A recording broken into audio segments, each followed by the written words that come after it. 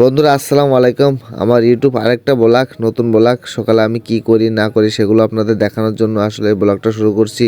তো দেখেন, আমি সকালে ঘুম থেকে যখন উঠি তখন একটা চাদর গায়ে দিয়ে মাথায় টুপি দিয়া এখান থেকে মানে বাড়ির আঙিনা শুধু ঘুরে ঘুরে দেখি। যাই হোক, আমি কালকে জাল বাইছিলাম রাত্রে, তো জাল বেয়ে ওখানে জাল সারা রাত নাইট দেওয়া ছিল।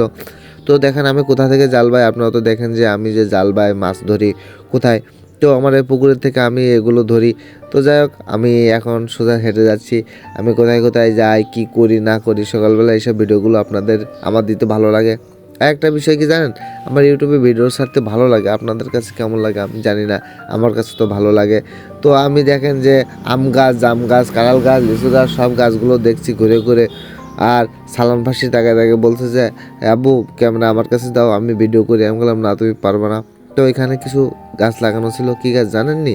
এখানে কিছু কচু গাছ ছিল। কচু গাছের পরিবর্তে এখন হয়েছে কী গাছ জানেন? আলু গাছ। তো আলু গাছ তো আমারটা ভালো হয়নি কেন, বাড়ির ভিতরে শুধু গাছগাছালি ছায়া থাকে, রোদ আসে না। তো কলাগুলো এখানে পেকে গেছে কিনা দেখতে হবে। তো আসলে কলাগুলো তোমরাটা পাকেনি।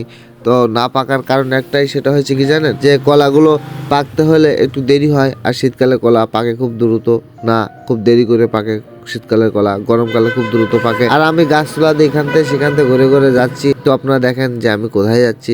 তো আমি এখান থেকে হেঁটে হেঁটে দেখতেছি আসলে সকালবেলা গোয়াল ঘরে যেতে হবে। গোয়াল ঘরে 3টে গরু আছে। তো গরু 3টা কী করতেছে আসলে দেখার জন্য আমি যাচ্ছি।